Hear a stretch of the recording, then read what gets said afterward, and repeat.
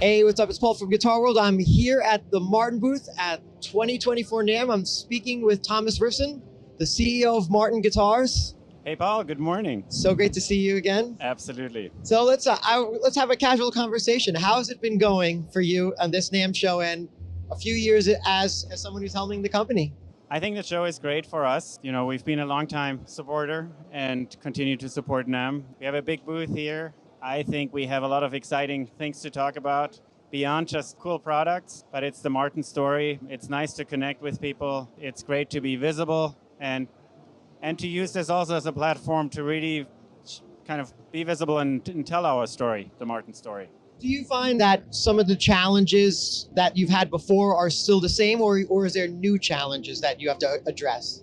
Well, I think the pandemic is over. At the same time, the boom is over. I think everybody agrees with that too. I think the challenge is for us and for the industry to get back to real growth versus the COVID or boom-induced growth, which was temporary. So I think that's a big challenge. The other challenge for acoustic guitar builders in particular, but anybody who uses exotic tone widths, is to look for alternatives and make good use of the materials that are maybe more easily accessible. That's what we're doing very actively. Right, the Inception guitar is the example, but it's not the only example of what we're doing there. So those are some of the challenges. And then for us, what's really important, and I feel very strongly about that, is a big part of our push as Martin is to get what we call get closer to the consumer, get closer to the player and the musicians, to really understand them and to figure out how do we better connect and how do we make sure that they find it easy and meaningful to connect with us. Sorry.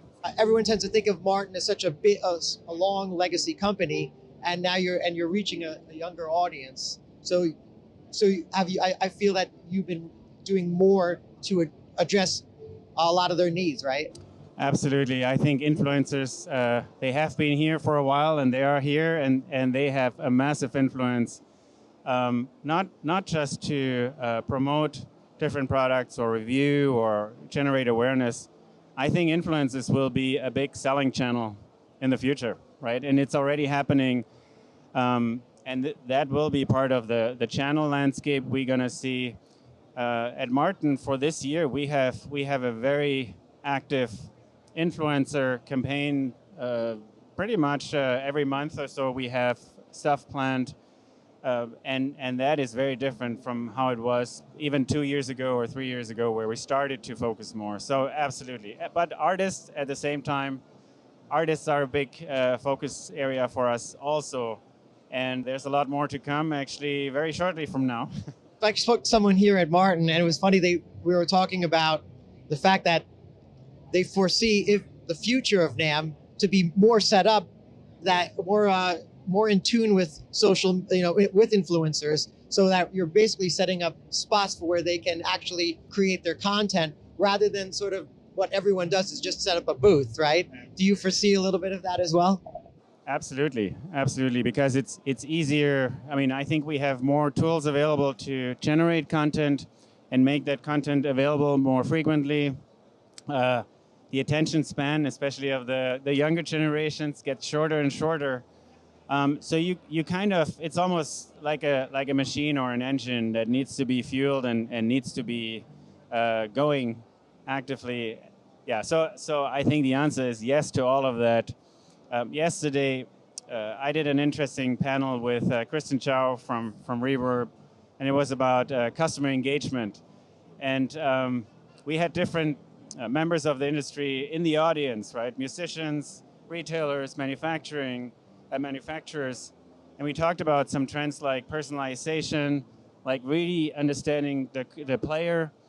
And what became very clear is there was a lot of head nodding about what we talked about in the audience, because people know it's already happening, but there's a lot more we need to do, which I think is exciting for this industry, because if you're innovative, if you're creative, there's actually a lot you can do without spending lots and lots and lots of money all the time. Speaking of which, that kind of the engagement and all, and of course, pretty much the future.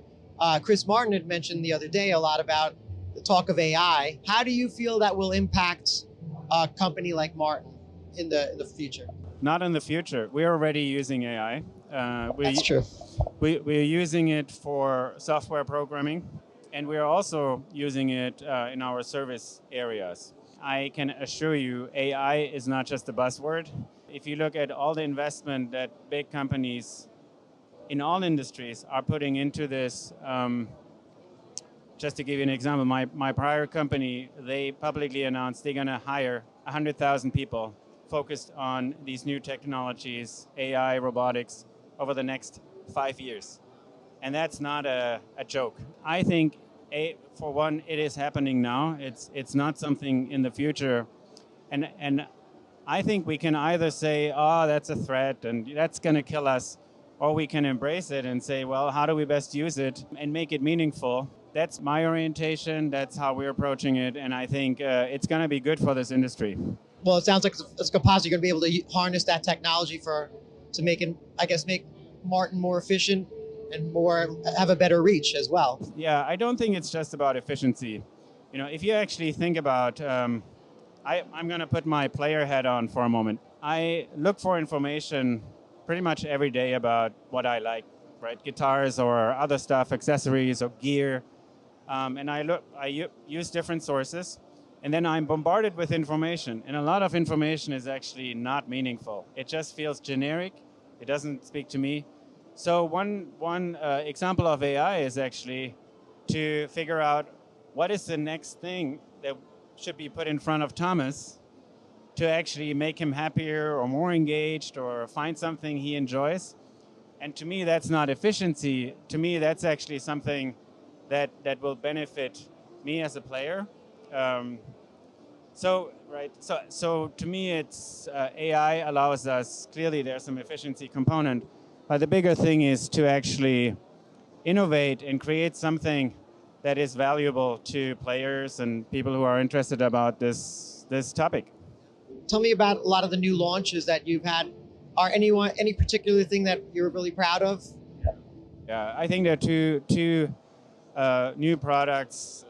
The second one more family, but that we're really proud of. Let's talk about the first one, the X-Series. You know, the X-Series has been a really important part of our Mexico products for years and years and years. But we've also heard for years and years and years that these guitars should become more playable.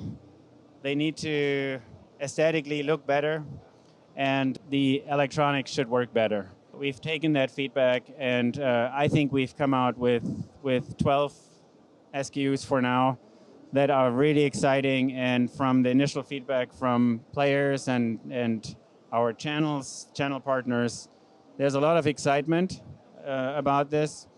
I think it provides more for the players. It offers a good variety with different tone woods, like images, right? Obviously, it's printed on the backs and sides. It's not real tone wood. So that's exciting in our mind. Response so far very good. And then the second one is our Inception model. And the Inception, I think the key thing is we didn't just pick it up as, well, let's just use domestic tone woods and apply it to our models we already have.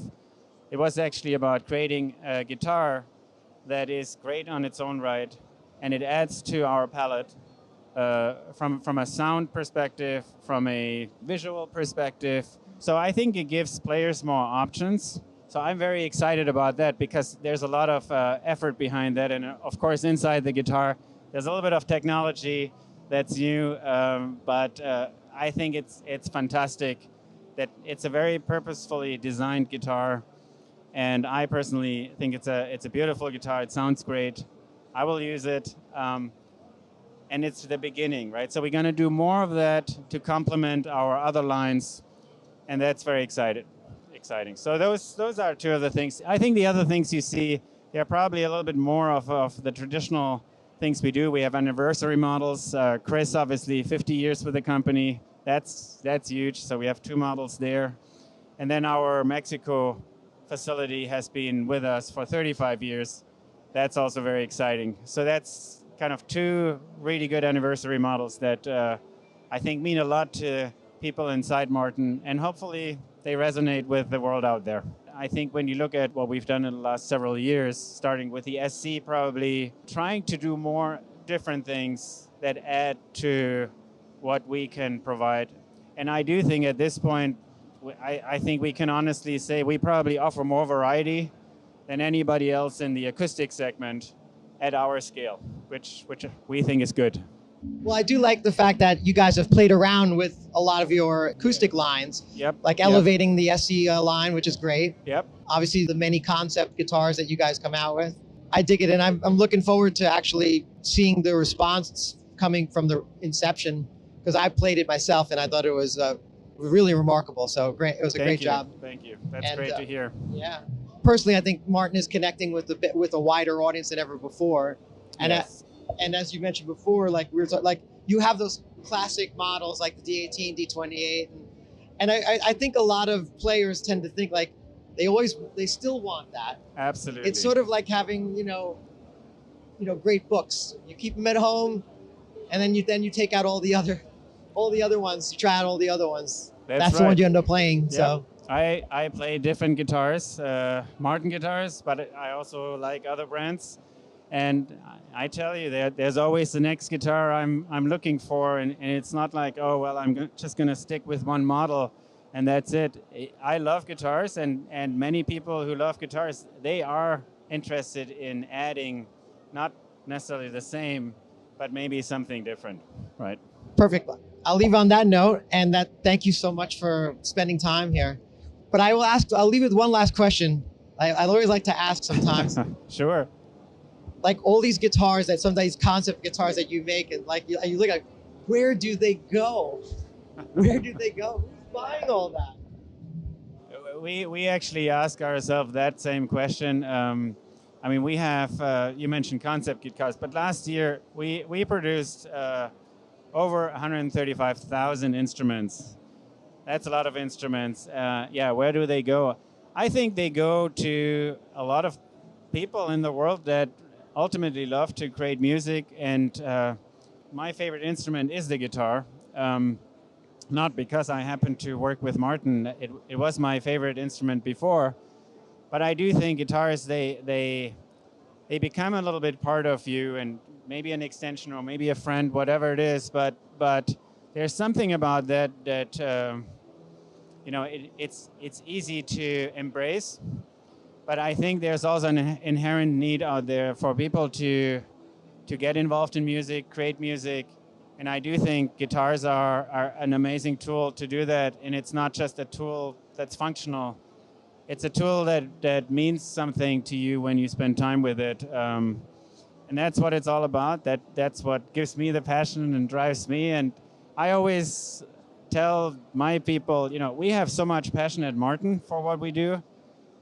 And I feel we may not always have done a good job to actually communicate that externally. And a big focus of our people now is to actually share that more, right? This energy, the passion, because we've been around for a long time, 190 years, but we are not an old, stale company. And that's not what we want to be, but that's the opportunity, right? And I do think when you do that, you see people love that passion. When people come to the factory, do the tour, they see it, and I think they walk away and right, they feel connected to that. Yeah.